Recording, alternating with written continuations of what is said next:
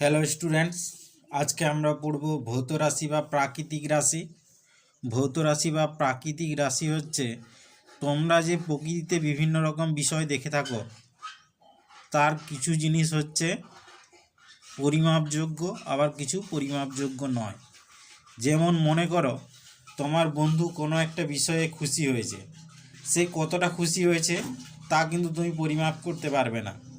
কিন্তু তোমার ভাইয়ের জ্বর হয়েছে, তুমি থার্মোমিটারের সাহায্যে তার জ্বর পরিমাপ করলে, অর্থাৎ উষ্ণতা পরিমাপযোগ্য। তাই প্রকৃতিতে সব বিষয় পরিমাপযোগ্য নয়, কিছু বিষয় পরিমাপযোগ্য আর কিছু বিষয় পরিমাপযোগ্য নয়। এরপর আসি আমরা সংজ্ঞাতে, ভৌত রাশির সংজ্ঞা। প্রকৃতির যে বিষয়গুলো হচ্ছে পরিমাপযোগ্য এবং যার সাহায্যে ভৌত বিজ্ঞানের সূত্রগুলি প্রতিষ্ঠা করা যায়, তাদেরকে আমরা বলবো ভৌত রাশি। ভৌত রাশি যেমন দৈর্ঘ্য, ভর, সময়, এগুলো হচ্ছে ভৌত রাশি।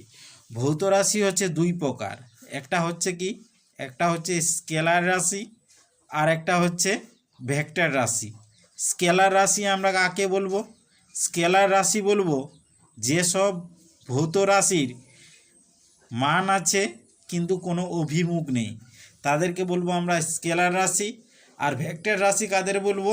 যার মান এবং অভিমুখ দুই আছে এবং যার যোগফল ভেক্টর যোগের সূত্র অনুসারে হয়, তাদেরকে বলবো আমরা ভেক্টর রাশি। যেরকম কারেন্ট, তড়িৎ প্রবাহ, এর মান এবং অভিমুখ দুটোই আছে, কিন্তু এর যোগফল ভেক্টর যোগের সূত্র অনুসারে হয় না, সেই জন্য কারেন্টকে আমরা ভেক্টর রাশি বলবো না। কারেন্ট এক্ষেত্রে স্কেলার রাশি। এরপর আসি কোনো ভৌত রাশির পরিমাপের ক্ষেত্রে এককের প্রয়োজনীয়তা। যেমন ধরে নাও দুটো পাত্রে জল আছে, দুটো পাত্রে জল আছে। একটা পাত্রে হচ্ছে দেখে, তুমি পাত্র দুটো দেখে বলে দিতে পারবে কোন পাত্রে বেশি জল আছে আর কোন পাত্রে কম জল আছে। এক্ষেত্রে দেখো বাম পাশের পাত্রটিতে কি আছে না, কম জল আছে, ডান পাশের পাত্রটিতে বেশি জল আছে, এটা তুমি দেখেই বলে দিতে পারলে। কিন্তু আমি যদি প্রশ্ন করি যে কোন পাত্রটিতে কত বেশি জল আছে, তখন কিন্তু পরিমাপের প্রয়োজন, আমরা দেখে বলতে পারবো না। অর্থাৎ কত বেশি বা কত কম, এগুলো বলতে গেলে আমাদের পরিমাপের প্রয়োজন হয়ে থাকে। এই পরিমাপ করার জন্য একটা এককেরও প্রয়োজন হয়। যেরকম তুমি বললে যে ডান পাশের পাত্রে হচ্ছে 3 জল আছে, কিছু বোঝা যাবে? কিছু বোঝা যাবে না। তুমি যদি বলো 3 লিটার জল আছে, তাহলে একটি নির্দিষ্ট আয়তনের জল আছে, এটা বোঝা যাচ্ছে। সেই জন্য পরিমাপের ক্ষেত্রে এককটা হচ্ছে খুব গুরুত্বপূর্ণ। এরপর হচ্ছে একক আমরা কাকে বলবো? একক হচ্ছে কোনো ভৌত রাশির একটি নির্দিষ্ট পরিমাণকে প্রমাণ ধরে, কোনো ভৌত রাশির একটি নির্দিষ্ট পরিমাণকে প্রমাণ ধরে তুলনামূলকভাবে ওই ভৌত রাশির পরিমাপ করা হয়।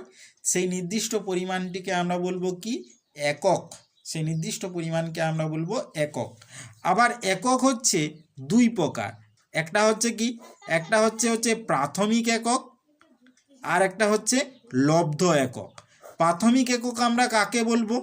প্রাথমিক একক বলবো যেসব এককগুলো হচ্ছে অন্য কোনো এককের উপরে নির্ভরশীল নয়, তাদেরকে বলবো প্রাথমিক একক। মোট 7টা প্রাথমিক একক রয়েছে: দৈর্ঘ্য, ভর, সময়, তড়িৎ প্রবাহ, দীপন প্রাবল্য, পদার্থের পরিমাণ, উষ্ণতা, এগুলো হচ্ছে প্রাথমিক একক। আর লব্ধ একক কোনগুলো?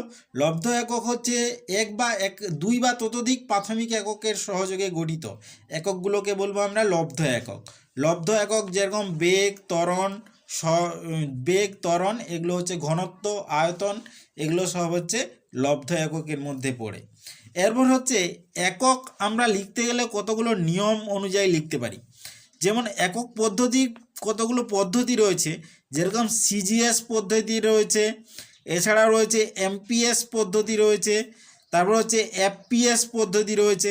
কিন্তু আমরা বিজ্ঞানে সাধারণত সিজিএস পদ্ধতি ও এসআই পদ্ধতিটি ব্যবহার করে থাকি। এরপর হচ্ছে একক লেখার কতগুলো নিয়ম। যেরকম আমরা যেসব এককগুলো বিজ্ঞানীদের নামের অনুসারে শুরু হয়, যেরকম নিউটন, বলের একক নিউটন, আমরা এন লিখতে পারি, ক্যাপিটাল এন, কিংবা যদি পুরোটা যদি বানান লিখতে চাই তাহলে এনটা তখন স্মল লেটারের হয়, নিউটন হয়। এটা হচ্ছে একক লেখার নিয়ম। যেমন কুলম, কুলমকে সি লিখতে পারো, কিংবা তাকে আবার যদি বানান লিখতে চাও তাহলে সিটাই স্মল হবে, তখনও সিটাই স্মল হবে। এই হচ্ছে একক লেখার নিয়ম। এছাড়া একককে তুমি যদি সংক্ষেপে লিখতে চাও, যেরকম কিলোগ্রাম, গ্রাম, কিলোগ্রামকে লিখতে পারি কিলোগ্রাম, গ্রামকে লিখতে পারি গ্রাম, কিন্তু এরপরে কোনো ফুল স্টপ হবে না।